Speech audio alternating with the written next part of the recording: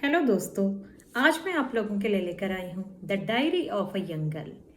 जैसा कि आप इस फोटो में देख पा रहे हैं, एन फ्रैंक नाम की ये लड़की है, 13 years old. Diary of a young girl इस लड़की की ऑटोबायोग्राफी है। ऑटोबायोग्राफी से मेरा मतलब है कि केवल 2 या 3 साल जो हिटलर की तानाशाही के टाइम पे इन लोगों ने गुजारे थे, उसकी ये कहानी कहती है। Diary of a young girl के बारे में आप लोगों ने जरूर सुना होगा, क्योंकि हमारी इंग्लिश के सिलेबस में भी लगती है। हमारी भी ये क्लास 8th में लगी थी। मींस उसमें काफ़ी समराइज वे में थी। 2-3 पेजेस में इसकी समरी हमें बताई गई थी।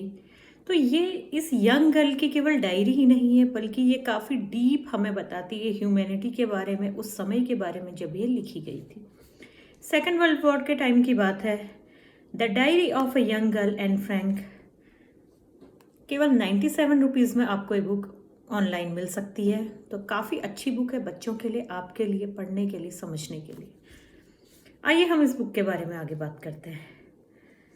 इस बुक को सिलेबस में लगाने का मोटिव क्या रहा है?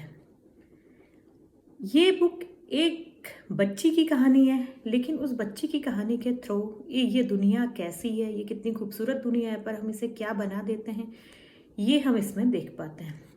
इसकी स्टार्टिंग यहाँ से होती है कि एक बच्ची है, एन फ्रैंक, जिसके पास एक लवेबल परिवार है, दादी, मम्मी, पापा, बहन, 30 से ज़्यादा दोस्त हैं। लेकिन उसे कभी कभी लगता है कि वो काफ़ी अकेली है और उसके पास अपनी सच्ची भावनाएं बांटने के लिए कोई साथी नहीं। फिर उसके दिमाग में एक दिन बैठे बैठे आता है कि कागज में लोगों की तुलना में ज़्यादा धैर्य होता है हमारी बात सुनने के लिए, हमारे विचारों को अवशोषित करने के लिए और सीक्रेट रखने के लिए। तो वो अपनी डायरी लिखने का निर्णय लेती है। जैसे कि हम लोग सुनते आ रहे हैं बचपन से ही कि हमें भी डायरी लिखने की आदत होनी चाहिए। हर दिन हमारे साथ क्या हुआ, क्या खास हुआ, क्या अच्छा क्या बुरा हुआ, कैसा हमें फील हुआ, हमारे विचार, हमारे सपने डायरी में लिखने की आदत होनी चाहिए, जिससे कि हमारा तनाव दूर होता है। हम अपने मन की बात जब कागज़ पर लिख देते हैं तो काफ़ी सारी हमारी जो नेगेटिव एनर्जी होती है या जो हमें दुखी करने वाली भावनाएं होती हैं, वो बाहर निकल जाती हैं और हम अच्छा और हल्का फील करते हैं। तो इस बच्ची को ये लगा, जब एक दिन वो बहुत ज़्यादा दुखी और भ्रमित महसूस कर रही थी कि मैं किससे बात करूं, क्या करूं, बोर हो रही थी बैठे बैठे, तो उसने कहा कि मैं अब से अपने दिमाग में आने वाली हर चीज़ को कागज़ पर लिखा करूंगी और यही डायरी मेरी असली दोस्त होगी। यानी इससे मैं अपने सारे राज, बिना किसी हिचक शर्म के, बिना किसी चीज़ के कि ये मुझे कैसे जज करेगा, मैं अपनी डायरी को ये राज साझा कर सकती हूँ। 1942 में इसकी दादी की डेथ हो जाती है और ये अपनी दादी से बहुत ज़्यादा प्यार करते हैं, जिसके बारे में किसी को पता नहीं होता है, क्योंकि ये रोने या फिर अपनी भावनाएं दूसरों को दिखाने में, जैसा कि एक होता है बच्चे को या फिर हम सभी को कि शर्म और झिझक महसूस होती है कि हमें कमज़ोर ना समझा जाए, हमें जज ना किया जाए। इसलिए ये अपनी भावनाओं को, अपने दिल की गहराई की भावनाओं को डायरी में लिखा करती है। तो 20 जून 1942 को जब ये सबसे पहले अपनी डायरी लिखना स्टार्ट करती है, अपनी डायरी को किटी नाम देती है और अपने स्कूल के बारे में बातें लिखती है कि कैसे उसे गणित में डर लगता है, कैसे रिजल्ट आने के दिन वो हैरान परेशान है, अपने दोस्तों के बारे में बताती है। लेकिन सबसे मुख्य चीज़ जो इसकी है कि ये हिटलर के हालिया यहूदी विरोधी कानून के बारे में बताती है कि उनके परिवार पर क्या असर पड़ा।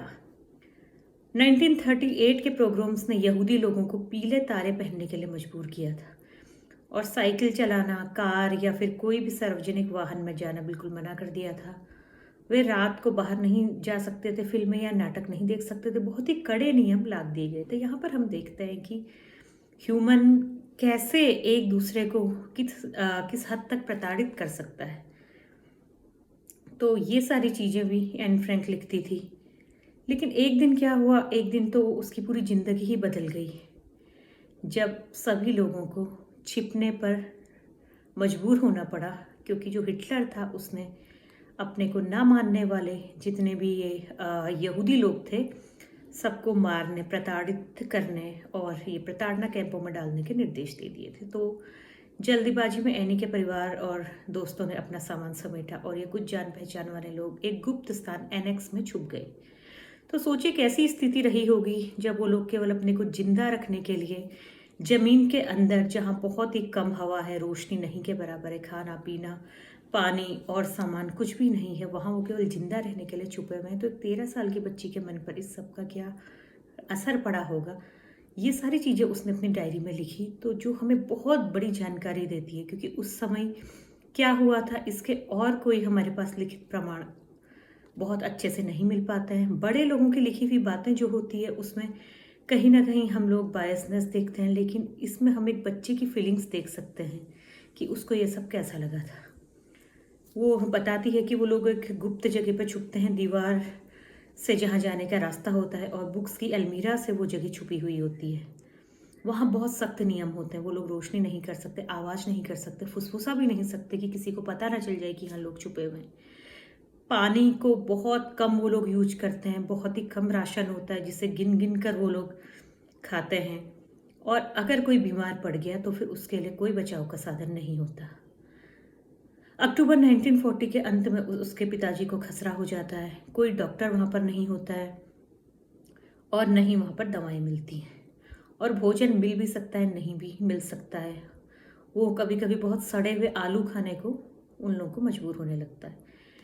इन्हीं सब चीज़ों के बीच में एनी का बर्थडे आता है। वो बर्थडे जो कोई सामान्य लड़की बहुत धूमधाम से मनाती है, लेकिन उसे उसी छुपे हुए स्थान पर अपना बर्थडे मनाना पड़ता है, जिसको वो लोग थोड़े से दही और चीनी के साथ सेलिब्रेट करते हैं। और उसे गिफ्ट में ऐसी ही चीज़ें जैसे कोई किताब, डायरी या फिर पेन मिलती है, क्योंकि उन लोगों के पास और कोई ऑप्शन नहीं होता है।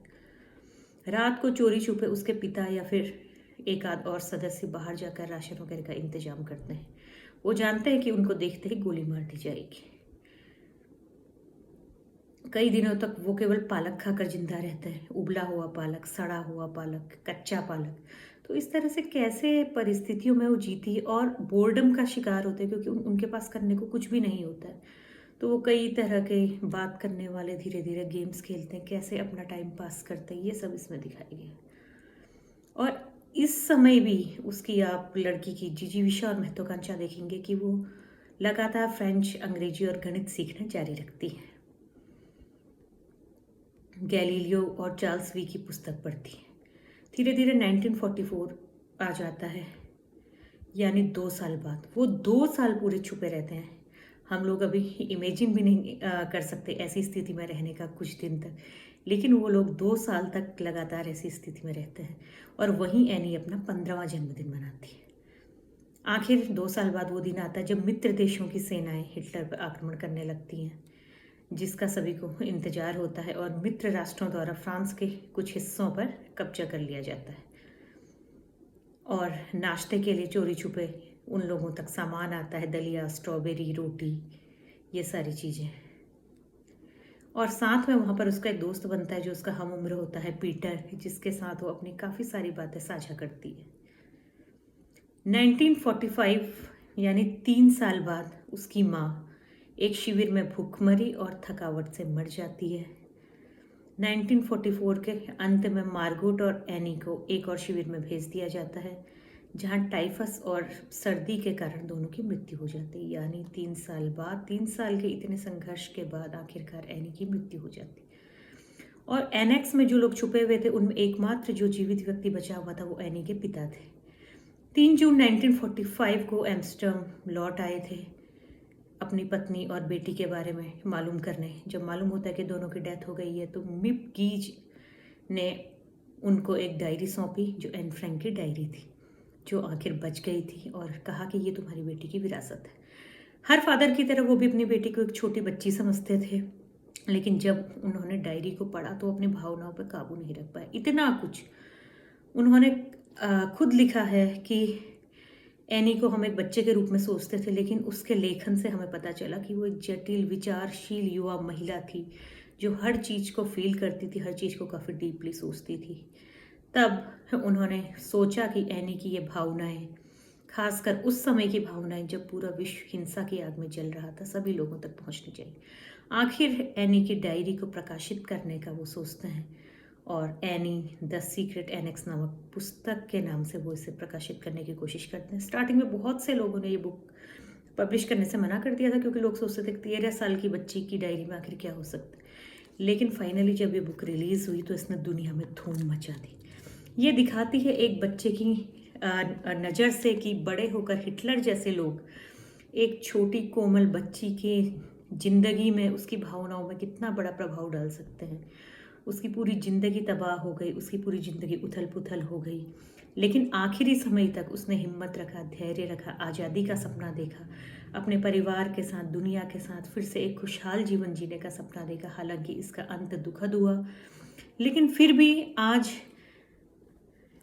इन सब कोशिशों की वजह से, मित्र राष्ट्रों की कोशिशों की वजह से हम लोग हैं, कई सारे बच्चे हैं जो एक अच्छी ज़िंदगी जी पा रहे हैं, जिन लोगों के लिए ये सोचना, ये कल्पना करना भी मुश्किल है कि वो समय कैसा रहा होगा। तो ये डायरी आप लोगों के लिए पढ़नी बहुत ज़रूरी है, मुझे ऐसा लगता है कि इसीलिए इसको एक समराइज वे में हमारे चैप्टर्स में भी रखा गया है।